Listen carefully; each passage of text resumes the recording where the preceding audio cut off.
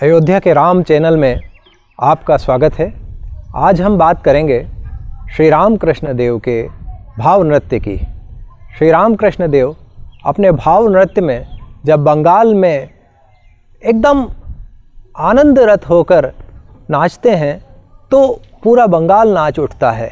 धन्य है वो बंगाल, धन्य है वो कलकत्ता, धन्य है कामारपुकुर, जयराम वाटी और शिहोर गांव और ऐसे ही अनेक गांव, अनेक स्थान जहां पर श्री राम कृष्ण देव ने अपने भाव नृत्य किए। श्री राम कृष्ण देव ने अपने धर्म की अत्युच्च स्थिति को प्राप्त किया और लोगों को भी कृतार्थ किया उस स्तर पर पहुंचने के लिए। श्री राम कृष्ण देव का भाव नृत्य कोई साधारण भाव नृत्य नहीं है। जब वे बलराम बसु के घर पर कलकत्ता में पहुंचते हैं और वहां पर उनके दालान में नृत्य करने लगते हैं तो वहाँ पे जो भी लोग उपस्थित हैं, चाहे वो साधु हों, सामान्य पुरुष हों या और भी जो लोग दर्शन करने के लिए आए हैं, वे सब मस्त होकर नृत्य करने लगते हैं। और ये नृत्य कोई साधारण नृत्य नहीं है। इस नृत्य में वो अपनी एकदम एक तो पहले ज़मीन पर नृत्य करते हैं और फिर भाव में उठ के ज़मीन से उठ जाते हैं। और फिर ज़मीन से क्यों ना उठें, वो तो एकदम ईश्वरीय कोटि के पुरुष हैं और उनके साथ में जो लोग हैं वो भी उसी स्तर को प्राप्त करते जा रहे हैं। और जब ये नृत्य होता है तो ये कोई संगीत लय तालबद्ध पहले से ही निर्धारित नहीं होता है, ये प्रकृति स्वयं इसको निर्धारित कर देती है। जिस तरह से जब श्री राम कृष्ण देव आगे बढ़ते हैं तो पूरा जन सैलाब आगे बढ़ता जाता है और जब वो पीछे आते हैं तो पीछे बढ़ता जाता है। जब वो पूरी तरफ गोलाई में नृत्य करते हैं तो गोलाई में नृत्य होता है और वहाँ तिल रखने की जगह नहीं है। जितने लोग हैं सब इकट्ठे होते जा रहे हैं और भावमग्न होते जाते हैं। और वो भाव कैसा है, बीच में काली है, ये भाव है। और वो भाव फिर संघनीभूत होता है और जिसके जो दिव्य देवता हैं उनके दर्शन होते हैं। और जैसे ही साक्षात दर्शन किसी को शिव के, किसी को राम के, किसी को कृष्ण के, किसी को काली के, किसी को निर्विकार ब्रह्म के जब दर्शन होते हैं तो वो उसमें मगन हो जाता है। तो कोई आनंद के अतिरेक से ताली बजाने लगता है, कोई आनंद के अतिरेक से वहाँ पर मूर्छित होकर गिर पड़ता है, कोई आनंद के अतिरेक से हंसने लगता है, कोई आनंद के अतिरेक से रोने लगता है, कोई श्री राम कृष्ण देव का हाथ पकड़कर नृत्य करने लगता है।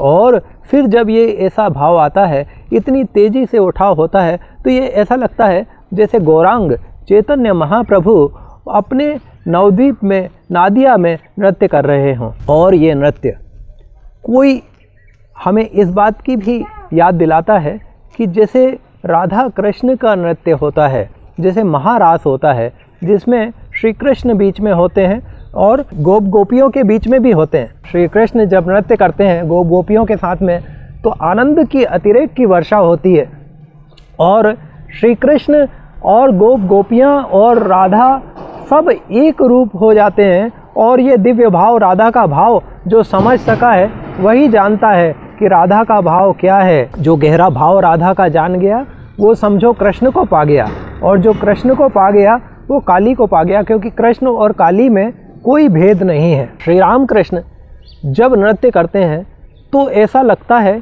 कि वहाँ पे कुछ साधु हैं, वो अपने कमंडल को एक तरफ रख देते हैं।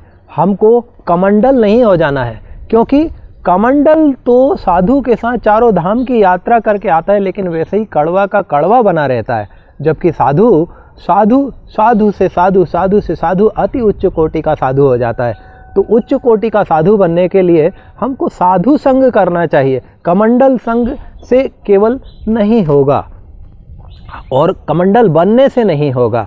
हमको ये बात ध्यान रखना पड़ेगी कि श्री राम कृष्ण का नृत्य हो, चाहे चैतन्य महाप्रभु का नृत्य हो या कृष्ण की रासलीला हो, ये सब एक ही हैं, दिव्य रूपों के दिव्य बिंब हैं। और इन बिंबों में हमको ईश्वरीय भाव के दर्शन होते हैं। किसी को निराकार ईश्वर के दर्शन होते हैं, किसी को साकार ईश्वर के दर्शन होते हैं। लेकिन जब वो उस भाव को प्राप्त कर लेता है तो श्री राम कृष्ण देव उसको इसी तरीके से साधारण रूप से नृत्य करते में भी असाधारण भक्ति प्रदान कर देते हैं, असाधारण ज्ञान प्रदान कर देते हैं, असाधारण विवेक प्रदान कर देते हैं। और अपने अपने जो भी आपके ईश्वर के रूप को आप मानते हो उनके दर्शन करा देते हैं। तो श्री राम कृष्ण देव के इस महामंत्र, जैसे चैतन्य महाप्रभु का महामंत्र है हरे राम राम राम हरे हरे, हरे कृष्ण कृष्ण कृष्ण हरे हरे, हरि बोल हरि बोल हरि बोल। और ऐसे ही हरि का, नारायण का, दुर्गा का, सबका कीर्तन करते हुए वो चलते हैं और नवद्वीप का ही दृश्य कलकत्ता में हो जाता है। तो जब कलकत्ता और दक्षिणेश्वर प्रांगण में ये नृत्य होता है, जब काली मंदिर के सामने के सभा मंडप में नृत्य होता है, तो लोग चमत्कृत रह जाते हैं, चकित रह जाते हैं। जैसे बंकिम चंद्र चटर्जी पहले आए थे कि देखता हूँ ये क्या हो रहा है, और जब देखते हैं कि क्या नृत्य है, ये तो अद्भुत है, इसमें भाव ही भाव है, इसमें महाभाव है, इसमें राधा कृष्ण का भाव है, तो वो उसको बड़ा प्रेरणादायक मानते हैं, बड़ा ही ईश्वर कोटि का मानते हैं और श्री राम कृष्ण देव के प्रति नतमस्तक हो उठते हैं। श्री राम कृष्ण देव अपने भक्तों पर इस तरह से बड़ी सरलता से उन्हें ईश्वरत्व की ओर ले जाते हैं। कठिन रास्ता किसी को नहीं बताते हैं। इसलिए यदि सरल रास्ते से हमको आगे बढ़ना है तो हमको संगीत, हमको लय, ताल और ताली बजाते हुए, श्री रामकृष्ण देव कहते हैं कि ताली बजाते हुए यदि तुम दुर्गा का नाम लेते हो तो तुम्हारी मुक्ति सुनिश्चित है। और भक्त तो मुक्ति चाहता ही नहीं है। क्यों? क्योंकि भक्त तो बार बार जन्म लेना चाहता है ताकि हर बार ईश्वर का नाम लेके ऐसे ही प्रसन्न हो सके, अवतार तत्व के साथ रह सके। जबकि ज्ञानी तो अपने को मुक्ति करके, और मार्ग भी कठिन है, तो अच्छा ये है, श्री रामकृष्ण देव कहते हैं कि आप भक्ति मार्ग पर चलो जो कि हाईवे है। इस मार्ग पर आप चलते जाओगे तो आप नृत्य भी करोगे, आप गायन भी करोगे, आप संगीत भी करोगे, आप ताली भी बजाओगे, आप प्रेम में मग्न भी हो जाओगे, आप धर्म ग्रंथ भी पढ़ोगे, आप साधु संग भी करोगे, आप चैतन्य की स्वतः लाभ होगा। तो श्री राम कृष्ण देव का नृत्य हमको ताली बजाते हुए करना चाहिए, उनके साथ रहते हुए करना चाहिए, उनके भाव में निमग्न होते हुए रहना चाहिए। और सदैव हमको ये ध्यान रखना चाहिए कि माँ गंगा के किनारे दक्षिणेश्वर प्रांगण में जब वे पंचवटी में अपना भाव नृत्य करते हैं तो जाने कितने मनुष्य तो अलग, जाने कितने पशु पक्षी पेड़ पौधे, वहाँ के जितने भी जीव हैं और अजीव भी, उनका सबका उद्धार कर देते हैं। तो ऐसे उद्धारक श्री राम कृष्ण देव के भाव नृत्य को हम प्रणाम करें, उसकी जुगाली करें और अपने जीवन को सार्थक करें। श्री राम कृष्ण देव कहते हैं और भाव में निमग्न भी होते हैं। और जितने भी लोगों ने काली के दर्शन करे हैं वो जानते हैं कि महाकाली काली भी हैं, महाकाली श्वेत भी हैं, महाकाली नीली रंग की भी हैं, और महाकाली की कृपा से वे अपने दर्शन देती हैं, चाहे वो साकार रूप में हो चाहे निराकार रूप में हो। महाकाली की कृपा के बिना हम कुछ भी जीवन में प्राप्त नहीं कर सकते और जीवन में मुक्ति भी प्राप्त नहीं कर सकते।